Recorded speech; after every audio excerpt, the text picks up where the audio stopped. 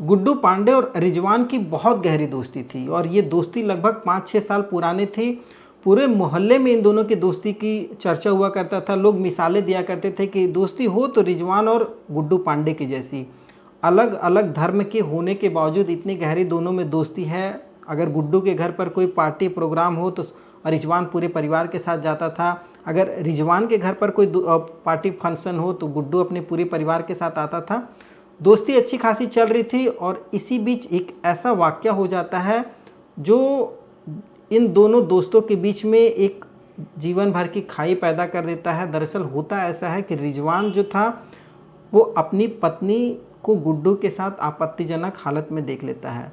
अब जैसे ही वो देखता है वो अपना आपा खो बैठता है और वो गुड्डू के साथ झगड़ा शुरू कर देता है और इन दोनों के झगड़े के बीच में एक कत्ल हो जाता है, जिस कत्ल की गुत्थी को सुलझाने के लिए पुलिस को मात्र 24 घंटे का समय लगा और पुलिस ने पूरे केस को पानी के तरीके से साफ करके रख दिया है। क्या है ये पूरी सच्ची घटना, आज इस कहानी के माध्यम से हम लोग जानने की कोशिश करेंगे।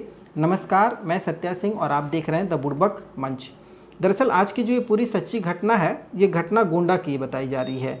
गोंडा का देहात कोतवाली थाना लगता है और वहाँ का एक स्कूल है जयपुरिया स्कूल के पास रिजवान जिसकी उम्र 32 वर्ष और उसकी पत्नी माजिया जिसकी उम्र 30 वर्ष है, ये दोनों किराए के मकान में रहते हैं।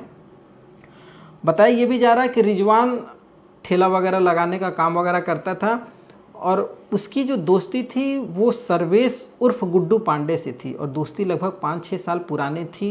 दोनों में बहुत गहरी दोस्ती थी। दोनों एक दूसरे की खुशियाँ आपस में सेलिब्रेट वगैरह किया करते थे, तो एक दूसरे के घर आना जाना हुआ करता था। अब इसी बीच सर्वेश की जो नज़र होती है सर्वेश की नज़र रिजवान की पत्नी पर आ जाती है। रिजवान की पत्नी मतलब माजिया पर। धीरे धीरे दोनों का आंख मिलता है और आंख से मोबाइल नंबर एक दूसरे के पास पहुंच जाता है। दोनों में बातचीत शुरू हो जाती है, व्हाट्सएप पे चैटिंग, वीडियो कॉलिंग चालू हो जाती है। एक दूसरे को पसंद करने लगते हैं। अभी तक तो दूर दूर ही था, मतलब एक दूसरे के बहुत करीब नहीं आए थे, लेकिन समय जैसे जैसे बीतता गया दोनों एक दूसरे के बहुत करीब आ गए और गुड्डू जो था वो छिपा करके रिजवान के नहीं रहने पर उसकी पत्नी के पास जाता, मिलता, दोनों का शारीरिक संबंध बनता।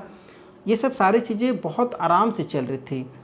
अचानक एक दिन गुड्डू अपने घर पर रात के लगभग 1 बजे अपने परिवार से कहता है कि मुझे शादी में जाना है। परिवार से शादी में कह करके घर से निकलता है और सीधे वो रिजवान की पत्नी माजिया के पास पहुंच जाता है।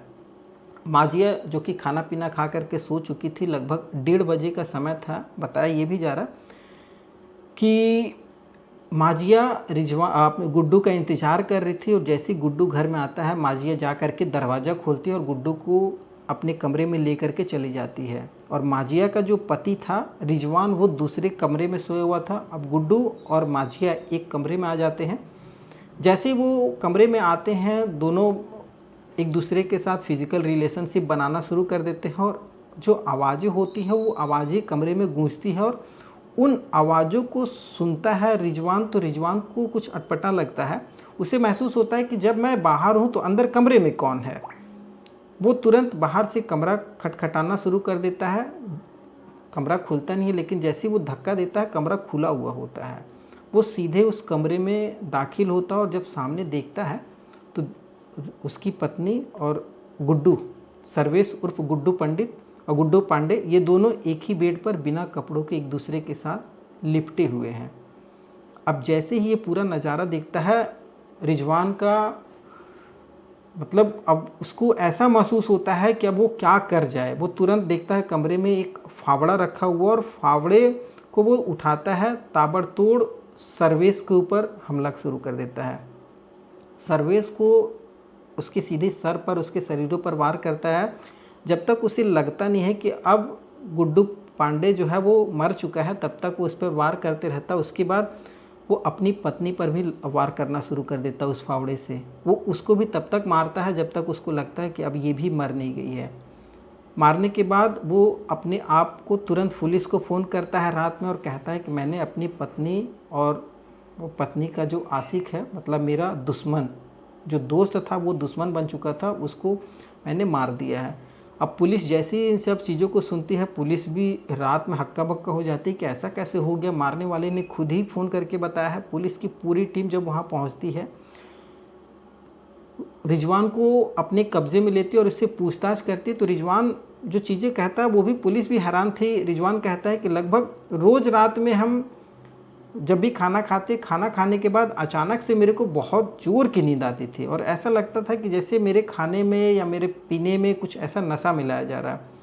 और ये भी मतलब पता लग रहा है उस आधार पर कि जो माजिया है वो हो सकता है कि रिजवान के खाने में या पीने में नशे की दवाइयाँ पिलाया करती थी और जिससे रिजवान खा करके बहुत गहरी नींद सो जाता था। लेकिन उस रात बताया जा रहा है, और लगभग सोमवार की वो रात है, 5 मई की तारीख थी, उस रात वो दवाई देना शायद भूल गई और रिजवान जो था वो बगल के कमरे में सोया हुआ था। जैसे ये दोनों फिजिकल रिलेशनशिप बना रहे थे, रिजवान की आंख खुल जाती है, वो सीधा उस कमरे में आ जाता है और उन दोनों को मार देता है।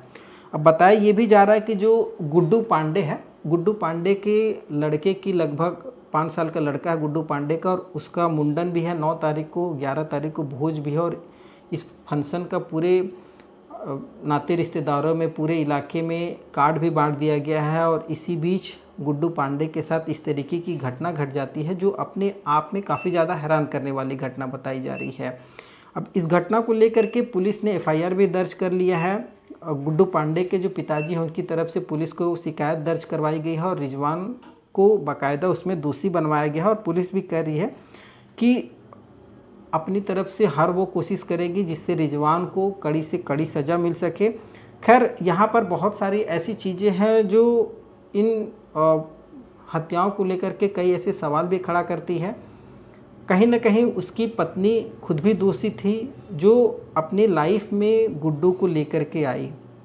बताया ये भी जा रहा है कि गुड्डू रिजवान की जो पत्नी है वो लगभग इन दोनों की शादी 5-6 साल पुरानी है। गुड्डू रिजवान की और माजिया की, दोनों की शादी लगभग 5-6 साल पहले हुई है और दोनों का अभी तक कोई भी बच्चा वगैरह नहीं है। तो इन चीज़ों से भी माजिया काफ़ी ज़्यादा परेशान थे और इन चीज़ों को लेकर के वो धीरे धीरे गुड्डू के करीब आई है और उससे दोस्ती के साथ फिजिकल रिलेशनशिप बनना शुरू हो गया। खैर, इस घटना को सुनाने का उद्देश्य किसी की भावनाओं को ठेस पहुंचाना बिल्कुल भी नहीं है, बस आपको जागरूक करना इन घटनाओं, इन कहानियों के माध्यम से। आप क्या सोचते हैं इस पूरी घटना को लेकर के, आप हमें कमेंट के माध्यम से बता सकते हैं। फिर अगले नई वीडियो में मैं नई कहानी के साथ आऊँगा। वीडियो पसंद आया हो तो चैनल को सब्सक्राइब जरूर कर लीजिएगा।